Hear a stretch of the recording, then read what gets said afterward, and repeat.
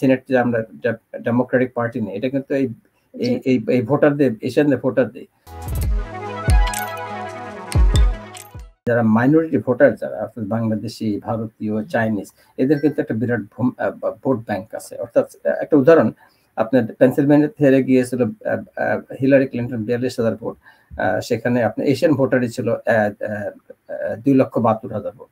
আপনার মিশিগানে হেরে গিয়েছিল ১১,০০০ ভোট, সেখানে ভোটারই আছে ১,২১,০০০ ভোট।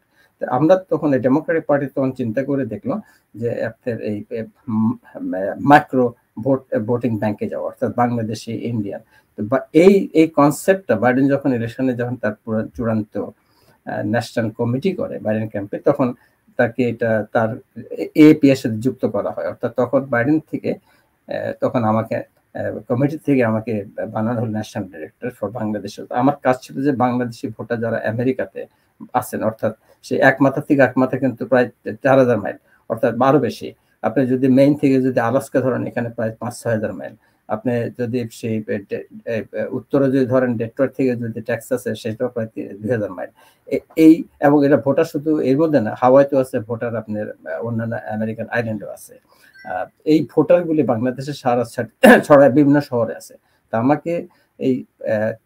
আমাকে পুরো স্বাধীনতা দেওয়া হয় বাইডেন ন্যাশনাল কমিটি থেকে।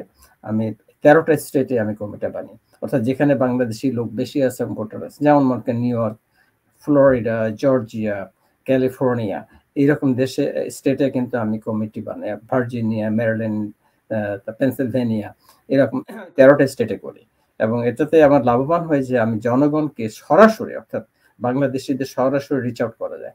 আপনাদের একটা সিম্পল উদাহরণ দিই। সিম্পল একটা উদাহরণ হচ্ছে যে আপনার যখন খুবই সিনেটের একটা খুব বাইডেন ইলেকশনের পরপর সিলেটের যে আপনার এই জন অসফ এবং ওয়ার্নার যে ইলেকশন, যে জর্জিয়া হয়, যেটা এই জর্জিয়া সিনেট যে আমরা ডেমোক্রেটিক পার্টি নেই, এটা কিন্তু এই ভোটারদের, এশিয়ানদের ভোটারদের